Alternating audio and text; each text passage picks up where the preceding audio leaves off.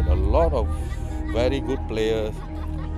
It's never easy getting into the national team. You're talking about local legend, you must talk people like, mention people like Samad Lapiche, the late Dullah Qasim. I think they call it in Malay semangat, macam api. That was burning in us.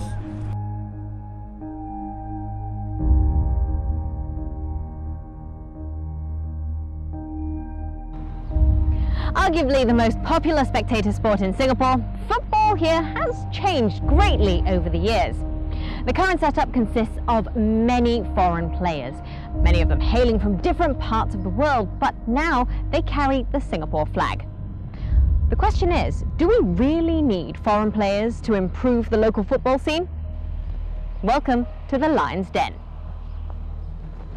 In the 1970s, local football was very different to what we have today. With the likes of Terry Padmanathan, Dullah Qasim and Samad Alapiche, our Lions were not dependent on foreigners to further develop the game.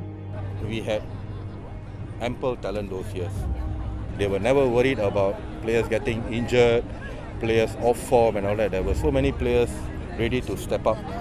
Because at the end of the day, I think the passion and the loyalty matters a lot in sports. I said those days, we didn't play with any foreigners. We still play very well. This should be Japan, beat North Korea, beat China. But I think that the Singapore players should fight for their place. In the 70s, the squad were very well trained. Well trained in a sense whereby they are very disciplined on the field.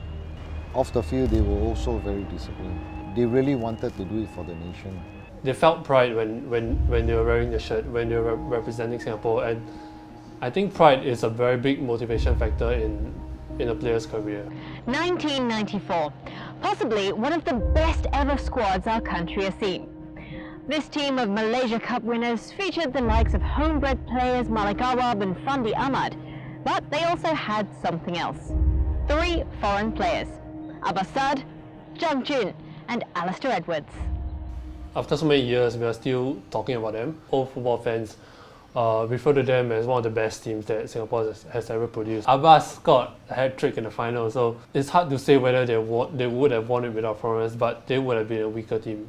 You must bring a good foreign players, maybe like Abbas Saad. No doubt he's young, he's very talented. I believe certain things he also want to learn from me. I also want to learn something new. Maybe he got a lot of new tricks, and Abbas also got a lot of tricks. Abbas got a lot of tricks actually. 1996, the S-League was born with history books ready to be written into great novels. Unfortunately, the league brought about an unforeseen problem. The S-League was organised to encourage local players to aspire to be professional footballers. However, the league acted as an invitation to foreigners. In the early days, you look at the crowds. I mean, people couldn't even get into the stadium. I think that early interest showed that the S-League was a good move for us. We had to step away from Malaysia, especially after we became independent. You can't keep playing in another league if you want to progress your own national team. You'll be better, wiser to invest in our locals. We had a lot of talented youngsters who could have filled in the gaps. It basically depends on the head coach itself. He didn't want to take chances because as a coach, your bottom line is winning. Since the start of the S-League in 1996, the top scorer has never been a homebred player. So, was it true? Were we really in need of foreign players to improve the local football scene? Mustafiq, I call him Farah. Farah is someone that leads by example. He's the captain of our team. He's one of the foreign talent scheme. He has contributed to Singapore football. He's still a very energetic player. He still gives his best on the field. On and off the field, he's very disciplined. Very rare to find someone who has gone through the foreign talent scheme and still doing his job. I'm not against bringing in foreign players personally. Home United had a former Korean international player, Lee Kwan-woo. You watch a guy play, he's a level above everyone on the pitch. If we can have players like that in every club, local players can learn from these players. Actually, you can see that for how many years, still the same. No crowd come. Why you think that the foreign talent come in? The foreign talent, they should be better than the local player. Not the same standard as the local player. Since the time of Jita Singh, no local coach has taken charge of our Lions for more than 5 years. Long gone are the glorious days of our favourite Uncle Chu. Another Angmo Singaporean coach. But do the current coaches have what we call the kampung culture? And is this kampung culture the secret formula to bring back success? Uncle Chu is, during the time of the 70s, we can deal with players differently. This generation is a totally different breed. When you tell them or when you scold them, you need to reason out with them. You need to tell them why they are being scolded, why they are being told that this is not right. We need to explain to them. But in the 70s, we don't need to explain. He scolds, they think. Uncle Chu use all kind of words. I also don't mind, you can call me any kind of words, but I become a better player. I think I came from under the block. No? When there's a sign of no kicking or no playing, so we still play. But where to go? If you don't play under the block, where to go? Better we play than we do all the nonsense thing.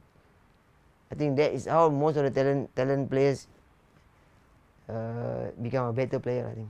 We are spending a lot on a German. That does not mean that he can bring Singapore to a World Cup, but look, our culture is totally different. Why do we need to spend so much money on a foreign coach? We have got good local coaches. We have got Sundram, we have got Fandi, we have got Kadeyaya. We just named these three of them.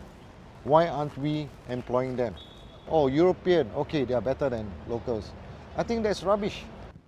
Our Lions have always been famous for the flair in the game. Simple but fast attacking football. With the legacies Fandi Ahmad and Dola Qasim have created, it would take a huge deal for a foreigner to impress the locals. Fandi Ahmad has got his own individual local style way of soccer playing. At 17, he played for Lion City. He is the type of player that very skillful. He think what to do. He know where to move. That's the difference. But Singaporeans lack talent. It's a phrase that we're very used to hearing, and it's often said it's the reason why we depend so heavily on foreigners. But with the number of football academies cropping up in Singapore, it's hard to believe that it's talent we lack. I don't think there is a lack of talent, but there is a lack of talent coming through to the professional level. A lot of kids want to play football at that level. When it comes to turning professional, then suddenly there's not a lot of people want to make that step up. An unthinkable notion for people to give up their studies for a sports career. If you really talking about talent, I think the person in charge or the coaches that in charge of all these, especially in soccer, talking about soccer now, they must go everywhere around Singapore. I guarantee them they can get a lot of talent. I have 7 or 8 years old players who got really talent. If they have talent now, why not we try to encourage them? Singapore boasts many academies for youth development. With the hope that the football scene will be filled with locals in future, these academies strive to discover potential flag bearers for tomorrow. What academies do is that they provide a platform for kids to enjoy the game, to learn the game from a young age. And you want to talk about developing, it's at their old age. You can't blame them for wanting to run it as a business. There has to be a business element to it. Academy is all about money. The kids will go there, they enjoy themselves. Now, how many % of these kids that go through this academy actually move up? Our young Lions did us proud in the 2010 Youth Olympic Games and also notably in the 2011 Lion City Cup, where they clinched runner-up and second runner-up in the under-16 and under-15 categories respectively. Simply just by the fact that these players can come through and capture the nation's attention, it proves that we have good talent out there. I mean, Aaron Fandi, he went to Mets FC. So we have talent that is good enough for a new European club. I don't think we should give up just because it's difficult.